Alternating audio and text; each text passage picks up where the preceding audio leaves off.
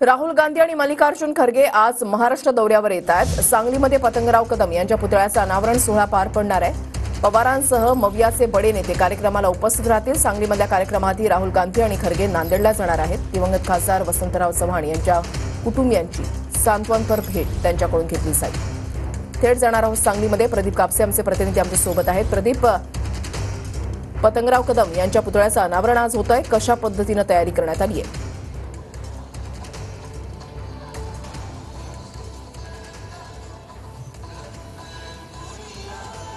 वृषाला अगदी बरोबर आहे। खरं तर काँग्रेसचे पतंगराव कदम हे ज्येष्ठ नेते होते, त्यांच्याच आज पूर्णाकृती पुतळ्याचं उद्घाटन राहुल गांधी त्याचबरोबर काँग्रेसचे राष्ट्रीय अध्यक्ष मल्लिकार्जुन खरगे यांच्या उपस्थितीमध्ये पार पडतंय। सध्या आपण पाहतोय की पुतळ्याची या ठिकाणी जोरदार अशी जय्यत तयारी जी आहे ती पूर्ण करण्यात आलेली आहे।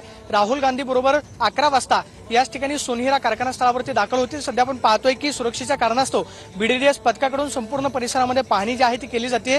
राहुल गांधी यांची एसपीची सुरक्षा, सीआरपीएफ असेल, त्याचबरोबर केंद्रीय सुरक्षा यंत्रणांचे जवान जे आहेत ते आधीच खरं तर सांगलीमध्ये दाखल झालेले आहेत। संपूर्ण कार्यक्रमाची जय्यत तयारी केली जाते, कारण तेलंगणाचे मुख्यमंत्री रेवंत रेड्डी त्याचबरोबर राष्ट्रवादी काँग्रेस शरदचंद्र पवार पक्षाचे अध्यक्ष शरद पवार हे सुद्धा कार्यक्रमासाठी उपस्थित राहतात। मात्र काँग्रेसचे महत्त्वाचे नेते आज पतंगराव कदम यांच्या पूर्णाकृती पुतळ्याच्या उद्घाटनाच्या निमित्तानं उपस्थित राहणार आहेत। याच कारखाना स्थळावरती आपण पाहतोय की जय्यत अशी तयारी या ठिकाणी करण्यात आलेली आहे।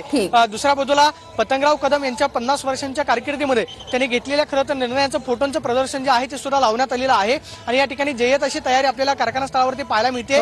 11 वाजता राहुल गांधी या ठिकाणी दाखल होतील, त्यानंतर पुतळ्याच्या उद्घाटनाच्या कार्यक्रमाला सुरुवात होईल आणि आज कडेगावमध्ये सुद्धा एक जाहीर सभा जी आहे ती काँग्रेसची पार पडते। याच्यामध्ये विधानसभेचा नारळ जो आहे तो कदाचित फोडला जाऊ शकतो, त्यामुळे ही कार्यक्रमाची जय्यत तयारी आपल्याला सांगलीमध्ये पाहायला मिळते। नक्कीच, धन्यवाद प्रदीप दिलेल्या सविस्तर माहितीसाठी।